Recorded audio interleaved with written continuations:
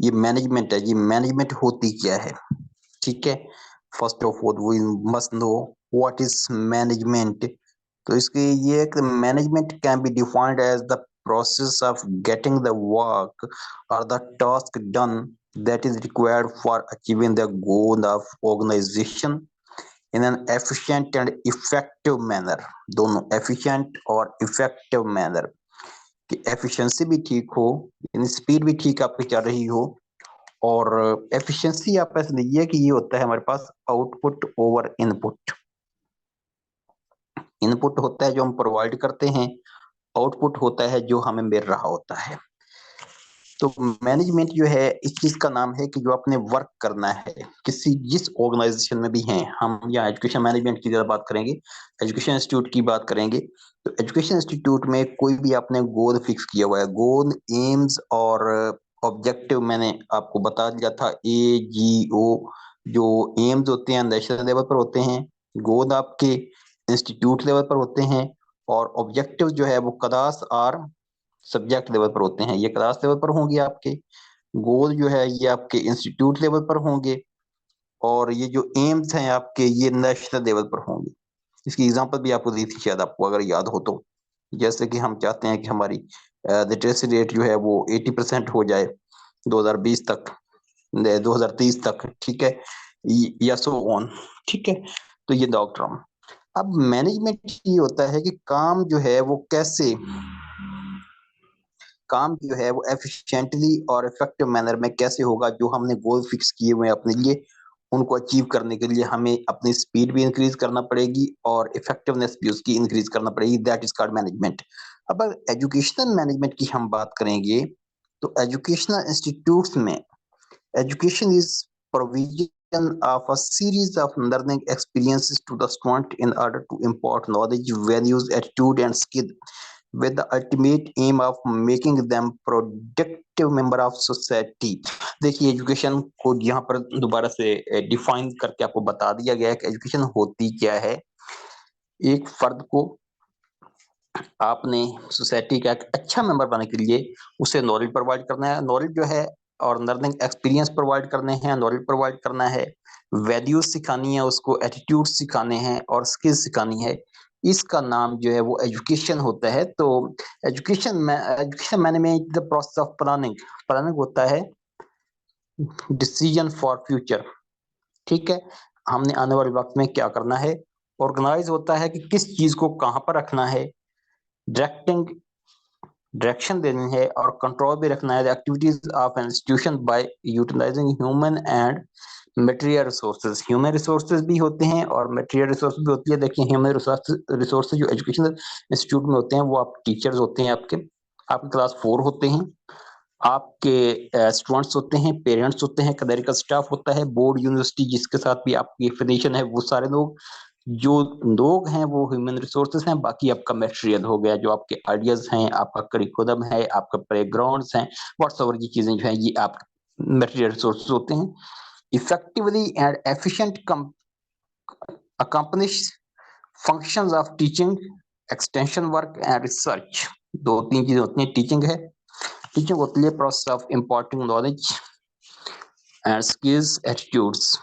तो ये सारा करने के लिए आपको क्या करना पड़ेगा, ये सारे काम करने के लिए आपको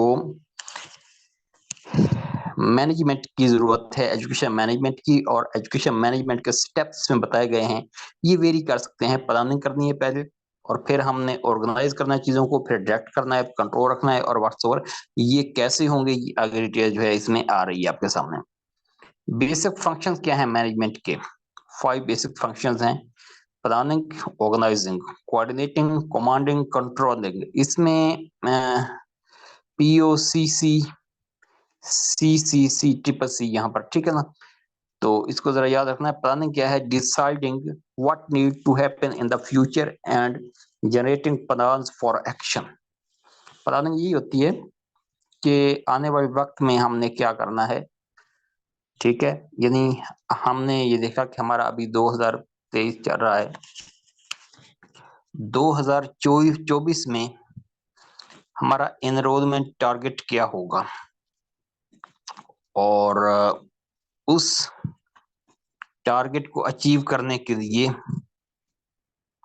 हमें क्या करना है, कौन से इकदाम करने हैं, पेरेंट्स से मिलना है, करीबी इंस्टीट्यूट्स से बात करनी है, हमने मोटिवेट करना है कम्युनिटी को, हमें अपना पॉजिटिव एस्पेक्ट्स दिखाने हैं। दीज आर द दो स्टेप्स जिनको हम कहेंगे कि प्लानिंग है हमारी आने वाले एडमिशन एनरोलमेंट कैंपेन के लिए। ठीक है, तो नेक्स्ट है आपके पास ऑर्गेनाइजिंग। ऑर्गेनाइजिंग ये होता है कि किस बंदे को कौन सा काम देना है। यानी आप कहें कि आपने अपने फिजिकल टीचर को आपने उसको ये देना है कि स्कूल के अंदर लोगों को मोटिवेट करे, आपने अपने डीएम को कहना है कि वो कम्युनिटी के साथ रब्ता करे, आपने अपने एएसडीयूस जो हैं उनको असाइन करना है कि वो जो है आपके पॉलिटिकल लोगों से थोड़ा रब्ता रखें। तो किस बंदे को कौन सा काम देना है, that is called organising. Making sure the human and non human resources are put into place. सही मुकाम पर सही बंदा खड़ा हुआ है, सही मुकाम पर चीज पड़ी हुई है। ठीक है, जब आप ऑफिस में बैठे हो तो आपको पता हो कि कौन सी चीज कहाँ पर पड़ी हुई है। ठीक है, तो आपका टाइम जाया ना हो, ये ऑर्गेनाइजेशन होती है आपकी। ठीक है, अब असेंबली हो रही है तो उसमें आपने साइन किया हुआ है कि कौन सा टीचर कौन सी क्लास के साथ होगा, दैट इज ऑर्गेनाइजेशन। उसके बाद आप मूव करेंगे toward coordination, creating a structure through which an organisation goals can be accomplished. चलिए इसकी सिंपल सी एग्जांपल ये देते हैं कि आप अगर हेड हैं इंस्टीट्यूट के, you are head of the institute और क्लास 4 से आपने काम लेना है। अब जाहिर सी बात है कि किसी ने ग्राउंड साफ करना होगा, कोई आपका स्वीपर होगा, कोई आपका नैब कासिद है, कोई आपका लैब अटेंडेंट है, उससे काम कैसे लेना है। लेट्स से कि आप जो है ये काम ऐसे दे देते हैं, आप डिसेंट्रलाइजेशन ऑफ पावर करते हैं, पीईटी, फिजिकल एजुकेशन जो टीचर है आपका, आप उसका जिम्मेदार डालते हैं कि यार मैं नहीं जानता कि क्लास 4 से काम किसने क्या करना है, मुझे लैब की सफाई चाहिए, लैब की अरेंजमेंट चाहिए, मुझे ग्राउंड की मेंटेनेंस चाहिए, मुझे जो है लाइब्रेरी की जो है मेंटेनेंस चाहिए। ठीक है, मुझे जो है पूरा इदारा जो है वो बिल्कुल जो है वो नीट एंड क्लीन चाहिए। तो इसको कहते हैं कि अपनी पावर किसी दूसरे को दे देना, इसको कहते हैं डिसेंट्रलाइजेशन। क्या कहते हैं? डिसेंट्रलाइजेशन, पावर को डिसेंट्रलाइज करना, पावर सारी की सारी अपने पास इकट्ठी ना रखना बल्कि कुछ पावर दूसरों को असाइन कर देना, that is decentralisation of power. अब आपने कुछ अख्तियारात अपने जो है वो पीईटी को दे दिए हैं, अपने फिजिकल टीचर को दे दिए हैं, यार क्लास 4 से जो काम लेना है ना वो आपने लेना है, और मैंने जो है एज अ हेड क्लास 4 से पीएन से लैब अटेंडेंट वगैरह से मैंने कोई बात नहीं करनी, मैंने कहाँ पे डेफिशिएंसी डिस्क्रिपेंसी जो पाई जाएगी मैंने आपसे बात करनी है। ठीक हो गया, और ये दरमियान में एक चैनल बन गया कि कोऑर्डिनेशन क्या है। अब आपका पीटी जो है वो असाइन करेगा सारे क्लास 4 को कौन सा काम आपने किसके साथ करना है, और आपने कहना है कि क्लास 4 को कि यार मुझे नहीं पता कि कैसे आपने काम करना है, आपने पूरी इंस्ट्रक्शन जो है अपने पीईटी से लेनी है। तो दैट इज योर कोऑर्डिनेशन, कि आप एज अ हेड डायरेक्ट उनसे बात नहीं कर रहे बल्कि इनसे बात कर रहे हैं, और ये जो है ये यहाँ पर राब्ता रखे हुए हैं आपके पीईटी से, ताकि उन्हें पता हो कि हमने कैसे जो है वर्क करना है। तो दैट इज कॉल्ड कोऑर्डिनेशन। ठीक हो गया, कोऑर्डिनेट किया हुआ है, आपस में एक राब्ता रखा हुआ है, किससे कोऑर्डिनेशन रखना है, दैट इज नेक्स्ट क्वेश्चन। ठीक है, जैसे मैंने आपको एग्जांपल से बता दिया। नेक्स्ट आपका आता है commanding, determining what must be done in a situation and getting people to do it. Commander, command करना है, हुक्म देना है, कब कैसे क्या करना है। ठीक है, लेट्स से अभी मैंने एग्जांपल दी थी आपको हेड की, उसके बाद पीईटी, और उसके बाद आते हैं C4। अच्छा, अब as a commander you are commander, you are commander if you are head. ठीक है, तो आपने बताया हुआ है कि यार ये सफाई भी करनी है, लाइब्रेरी भी करनी है, लैब भी करनी है, सारी चीजें लेबोरेटरीज वगैरह, ग्राउंड वगैरह। ठीक है, ये सारी चीजें तो हमने करनी है, लेकिन अगर कोई ऑफिसर विजिट करता है तो उस वक्त मैंने नहीं बताना आपको, लेकिन आपने उस सिचुएशन को डील कैसे करना है, ठीक है, दैट इज कमांडिंग। कमांडिंग क्या है कि खास सिचुएशन को डील कैसे करना है। लेट्स से कि क्लास 4 में आपका स्वीपर जो है वो लीव पर है, वो ऑन लीव है, और उसी दिन किसी ऑफिसर का विजिट भी है। तो अब जो है इस सिचुएशन में आपने अपने फिजिकल टीचर को बताया हुआ है एज अ हेड कि यार चूंकि काम इनको दो को जो है ना वो ऑर्गेनाइज आपने करना है, तो किसी और के जिम्मे स्वीपिंग का काम लगा दें ताकि वो ये कर दे, और फिर ये काम उससे करवाना भी है। सिचुएशन ये है कि अब वो छुट्टी पर है, हम आम आदत में तो दूसरों से स्वीपर का काम नहीं करवाएंगे, लेकिन उस दिन खास सिचुएशन में ये करवाएंगे। ये कमांड होगा, स्पेशल कमांड ये हेड की तरफ से होगा। उसके बाद है controlling, checking progress against plan. You are head, you must visit the sites, you must check the progress, ongoing work speed, कि कितना काम करना था, कितने दिनों में करना था। तो ये थोड़ा सा आपने स्पीड चेक करते रहना है, लेकिन डायरेक्टली इंटरफेयर नहीं करना। वो बाद में बताता हूँ पॉलिसी क्या है आपकी। उसके बाद है मैनेजमेंट की डिफरेंट थ्योरीज हैं। एक है जी साइंटिफिक मैनेजमेंट थ्योरी। जैसे कि साइंस की बात आती है तो आपको समझ आ जानी चाहिए कि इसमें स्ट्रिक्टनेस आ जाएगी, यहाँ पर रूल्स एंड रेगुलेशंस आ जाएंगे, यहाँ पर रिसर्च आ जाएगी, यहाँ पर जरा अकोमोडेशन वाली बात कम होगी, और यहाँ पर असूल ज़वाबित वाली बात जो है थोड़ी ज्यादा होगी। तो इसको जरा देखते हैं। अकॉर्डिंग टू द टेनर, ये टेनर ने ये साइंटिफिक मैनेजमेंट थ्योरी दी थी। उसके मुताबिक key incentive for working, money was the key incentive for working, which is why he developed the fair days wage for a fair days work। ये concept उसने दिया था यार, जितना ज्यादा कोई काम करे उसको उसके मुताबिक उजरत दे दी जाए। ये प्राइवेट सेक्टर में मोस्टली चलता है, ठीक है। Scientific management theory private sector में चलती है, जो जितना काम करता है उसके मुताबिक उसे सैलरी दे दी जाए, ठीक है। कम काम करने वाले को कम दें, ज्यादा काम करने वाले को ज्यादा दें, ताकि उसकी इंक्रीमेंट हो सके। Since then scientific management theory has been practised worldwide. ये प्राइवेट कंपनीज इसको एक्सेप्ट करती हैं कि टारगेट आपका जो ज्यादा अचीव कर रहा होता है, आपको पता ही है कि फिर उसको जो है ना वो इंसेंटिव दिए जाते हैं। Resulting collaboration between employees and employers evolved into the teamwork that people now enjoy। इसमें जाहिर सी बात है कि अगर एम्प्लॉयर को जितना ज्यादा आप फायदा दे रहे हैं, एम्प्लॉयर को आप जितना ज्यादा फायदा दे रहे हैं, वो आपको रिटर्न में उतना ज्यादा देगा। इसमें जरा रूल्स एंड रेगुलेशन जरा फास्ट, हार्ड एंड फास्ट होंगे, और टारगेट्स होंगे। उन टारगेट्स को आप अचीव करते हैं तो यू विल गेट incentives, और अगर टारगेट अचीव नहीं करते तो definitely you will have to face the music something. आपको जो है ना उसमें से डिडक्शन वगैरह भी हो सकती है। आपकी यहाँ पर सैलरी जो है वो मंथली या डेली फिक्स्ड नहीं होगी।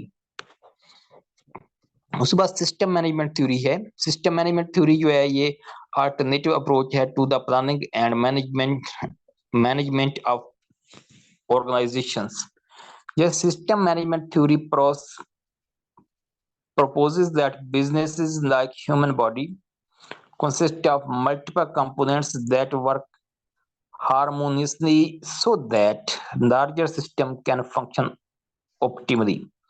According to the theory, success of an organization depends on several key elements। Energy है, इंटरडिपेंडेंस है, सिनर्जी है, इंटरडिपेंडेंस है, और इंटरनेशन बिटवीन वेरियस सब सिस्टम्स है। इसने एग्जांपल दी है कि जैसे हमारा सिस्टम जो है, हमारा बॉडी सिस्टम जो है एक कॉम्प्लिकेटेड सिस्टम है, तो इसको वर्क करने के लिए देखिए सब सिस्टम्स हैं, ठीक है। अब जैसे ह्यूमन बॉडी है, हम ह्यूमन बॉडी की अगर बात करते हैं तो ह्यूमन बॉडी में आप देख सकते हैं कि आपके पास डाइजेस्टिव सिस्टम है, आपके पास रेस्पिरेटरी सिस्टम है, आपके पास जो है वो ब्लड सर्कुलेशन है, ठीक है, ब्लड सर्कुलेशन है। तो ये पूरा का पूरा जो ह्यूमन बॉडी है वो इन तमाम सब सिस्टम पर डिपेंडेंट है, इनका एक दूसरे पर डिपेंडेंस है। तो कोई एक सिस्टम भी, सब सिस्टम भी अगर प्रॉपर वर्क नहीं करता तो पूरे के पूरी ह्यूमन बॉडी की जो एफिशिएंसी है वो मुतासर होती है।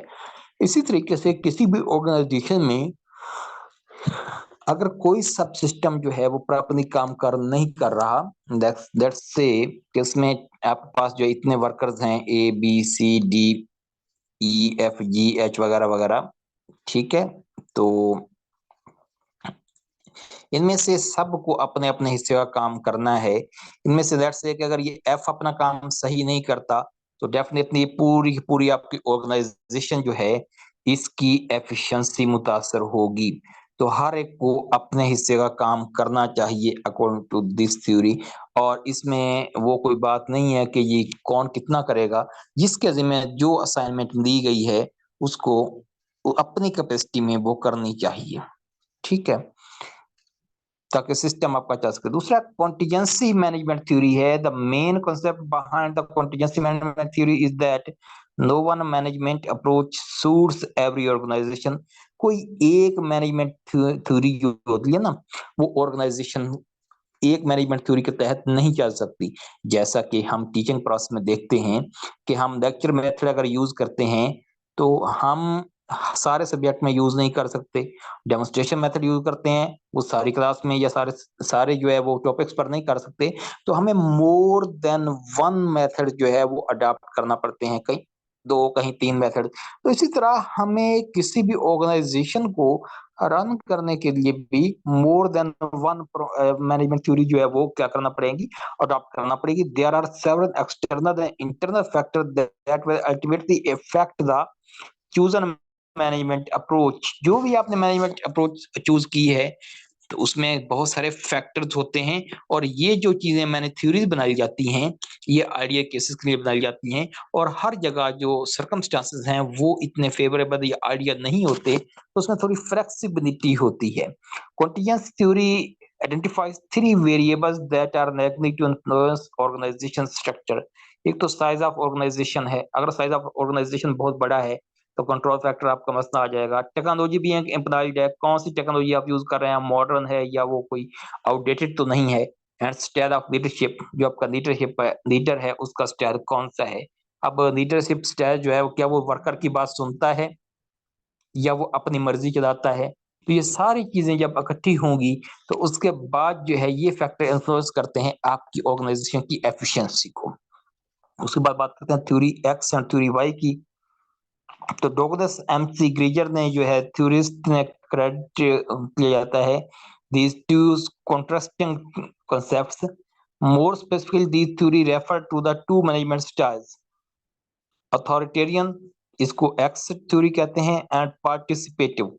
अथॉरिटेरियन में ये होता है कि बॉस इज ऑलवेज राइट, जो कह दिया उसी ने कह दिया, बाकी जो है उसको फॉलो करेंगे, हर सूरत में करेंगे, वो डिसिप्लिन वगैरह जो भी है वो नॉर्म्स वगैरह वही डिसाइड करेगा। और दूसरा जो है ये पार्टिसिपेटिव है, तो इसमें पार्टिसिपेशन सबकी होगी। ये आप ऐसे समझ लीजिएगा जैसे हम कह सकते हैं डेमोक्रेसी। तो X holds a pessimistic view of employees in the sense that they can't work in the absence of incentives। X theory कहती है कि बेसिकली जो इंसान होता है ना, बेसिकली वो लेजी है, बेसिकली वो कामचोर है, ठीक है। सादा से लफ्जों में इंसान बेसिकली जो है वो एवरेज इंसान जो है, एवरेज इंसान की बात कर रहे हैं, ज्यादातर जो है वो कामचोर है, नेचुरल बात है। और उसे अगर इंसेंटिव दिया जाए, नॉलेज दिया जाए तो उसके बाद जो है वो थोड़ा काम करता है। थ्योरी वाई जो है ये कहती है कि नहीं यार ऐसी बात नहीं है, सब लोग कामचोर नहीं होते, कुछ लोग ऐसे भी होते हैं जिनको किसी लालच की किसी प्रेशर की कोई परवाह नहीं होती, वो अपना काम करते हैं। एक्स ये कहती है कि मेजॉरिटी जो है वो क्या होती है, वो आइडल रहना चाहती है, कामचोर है, जबकि वाई थ्योरी कहती है कि नहीं, जो आम इंसान है वो रिस्पॉन्सिबल होता है। ब्यूरोक्रेटिक मैनेजमेंट थ्योरी है, मैक्स वेबर ने ये पेश की थी। तो उसने इन्फ्लुएंस किया बहुत ज्यादा इस एजुकेशन सिस्टम को, इकोनॉमिक्स को, रिलीजियस को और पॉलिटिकल सोशियोलॉजी को। इस थ्योरी के मुताबिक एडमिनिस्ट्रेटिव मैनेजमेंट थ्योरी के मुताबिक जो है, या ब्यूरोक्रेटिक मैनेजमेंट थ्योरी के मुताबिक जो है, क्या है ये कि यहाँ पर 2 3 4 चीजें होंगी। His guide identifies 14 principle of management. तो एक तो वर्क डिवाइड करेंगे आप, दूसरा अथॉरिटी अपने पास रखेंगे कि सेंस ऑफ रिस्पॉन्सिबिलिटी जो है ये होती है अथॉरिटी के साथ साथ। Unity of command, each employ one direct manager, हर एम्प्लॉय के लिए जो आप मैनेजमेंट कैडर रखते हैं वो तमाम मैनेजर जो है उनकी आपस में कंसेंसस हो के वो तमाम equality of command, unity of command के तहत चलें और इक्वलिटी हो, आप तमाम एम्प्लॉयज में इक्वलिटी रखें और ऑर्डर हो, एक ऑर्डर मेंटेन रखें, ऑर्गेनाइजेशन रखें, डिसिप्लिन रखें और न्यूमरेशन जो होता है ये पे करें वर्क के साथ। स्टेबिलिटी होती है, ensure the employees feel secure in their position, उनको जॉब सिक्योरिटी दें। और स्केलर चेंज जो है एस्टेब्लिश करें, क्लियर हायरार्की ऑफ कमांड कि किसकी बात माननी है, कौन किसने ऊपर जवाबदेह होना है, किसने नीचे जो है कमांड कहाँ तक चलनी है, पूरी चेन कैसे बनेगी। और सबऑर्डिनेशन ऑफ इंडिविजुअल इंटरेस्ट जो है प्रायोरिटाइज करना है ग्रुप नीड्स को, ठीक है, और इंस्पायर करना है ग्रुप यूनिटी को और प्रायोरिटी को। बैलेंस होगा बिटवीन सेंट्रलाइजेशन एंड डेलीगेशन। ये सेंट्रलाइजेशन होता है कि पावर कितनी अपने पास रखनी है एज अ हेड और कितनी पावर या कितने अख्तियारात किसी को डेडिकेट करने हैं। तो according to Fayol management need to develop practices that foster each of the 14 principle. अगर सी बात है ये प्रिंसिपल्स हैं, हार्ड एंड फास्ट ना लिया जाए इनको, लेकिन इनसे जो रहनुमाई दी जा सकती है काफी हद तक। बिहेवियर मैनेजमेंट थ्योरी है, ये प्रेस करती है पर्सन को rather than the process at the heart of business operation, कि यहाँ पर जो है प्रोसेस को ज्यादा इंपॉर्टेंस नहीं देनी बल्कि इंसान को देनी है। यानी आपने वर्क करना है अपने वर्कर पर। Business as a social system है और फॉर्मल ऑर्गेनाइजेशन है, तो प्रोडक्टिविटी डिपेंड करती है proper motivation, group dynamics, personal psychology and efficient processes. यहाँ पर देखिए ज्यादा जोर किस पर होगा, अफराद पर होगा। यानी आप अगर कोई बिजनेस चला रहे हैं तो आपको अपने वर्कर को मोटिवेट रखना है और ग्रुप लीडर अपने अच्छे रखने हैं। पर्सनल साइकोलॉजी देखनी है कि कौन सा बंदा किस साइकोलॉजी का है, किसको कौन सा काम असाइन किया जाएगा। और एफिशिएंसी पर भी थोड़ा सा ध्यान रखना है। बिहेवियर भी अपने वर्कर का चेक करते रहना है। और बिहेवियर मैनेजमेंट थ्योरी जो है ये ह्यूमनाइज करती है बिजनेस को, कि यहाँ पर फीलिंग्स की बात आ जाती है। Feelings have a practical impact on the operation, ठीक है। साइकोलॉजिकली आपने कंट्रोल करना है अपनी टीम को, सेपरेट उनमें जो है वो इंस्टिल करते रहना है और इनकरेज करते रहना है कि वो बेटर परफॉर्म करे। इंडिविजुअल रिलेशनशिप्स जो है ये भी जरूरी हैं, अहम हैं। और employees are more likely to go the extra mile for a boss they respect and who respects them. यहाँ पर आप रिस्पेक्ट देनी है और रिस्पेक्ट देनी है और देखना है कि आपके एम्प्लॉइज के, आपकी कम्युनिटी के साथ आपका जो भी बिजनेस है उस बिजनेस कम्युनिटी के साथ रिलेशनशिप्स कैसे हैं, कौन कितना वर्क कर रहा है, उसको आप जो है उसके मुताबिक जो है क्या करते आएंगे, इनकरेज करेंगे, ठीक है, उनको बैकअप करेंगे, उनका जो इनकरेजमेंट करेंगे तो डेफिनेटली आपका वर्क बूस्ट अप करेगा। अब जर्नल सिस्टम थ्योरी है, ये बायोलॉजिस्ट नेडविग ने क्रिएट की थी जर्नल सिस्टम थ्योरी। तो you might be wondering why a biologist would have any impact on management, keep reading to see if you can correct the dots। वो कहता है कि यार ऐसा है कि जर्नल सिस्टम है बायोलॉजी का। अब बायोलॉजी में ये होता है कि जैसे उसने देखा कि इंसानी ह्यूमन बॉडी वर्क करता है, ठीक है, इसी तरीके से आपकी ऑर्गेनाइजेशन में मैनेजमेंट भी वर्क करती है। तो किसको कहां पर रखना है, किसने कौन सा फंक्शन करना है, और इसके मुताबिक जो है सारे जो सिस्टम सब सिस्टम्स हैं वो बराबर वर्क नहीं करते, ठीक है। जैसे आपके हैंड्स हैं, आपके फुट हैं, बराबर वर्क नहीं कर रहे होते। आपकी आईज हैं, आपकी एयर्स हैं, वो एक दूसरे के बराबर वर्क नहीं करते। हर एक ने अपनी अपनी ड्यूटी करनी है, किसी की कम होगी, किसी की ज्यादा होगी, लेकिन जो ड्यूटी है असाइन की गई उसको फॉलो करना है, ठीक है जी। तो ये मैनेजमेंट की कुछ बेसिक बेसिक चीजें थी। तो यहाँ पर आप जरा रिकॉर्डिंग ऑफ कर देंगे।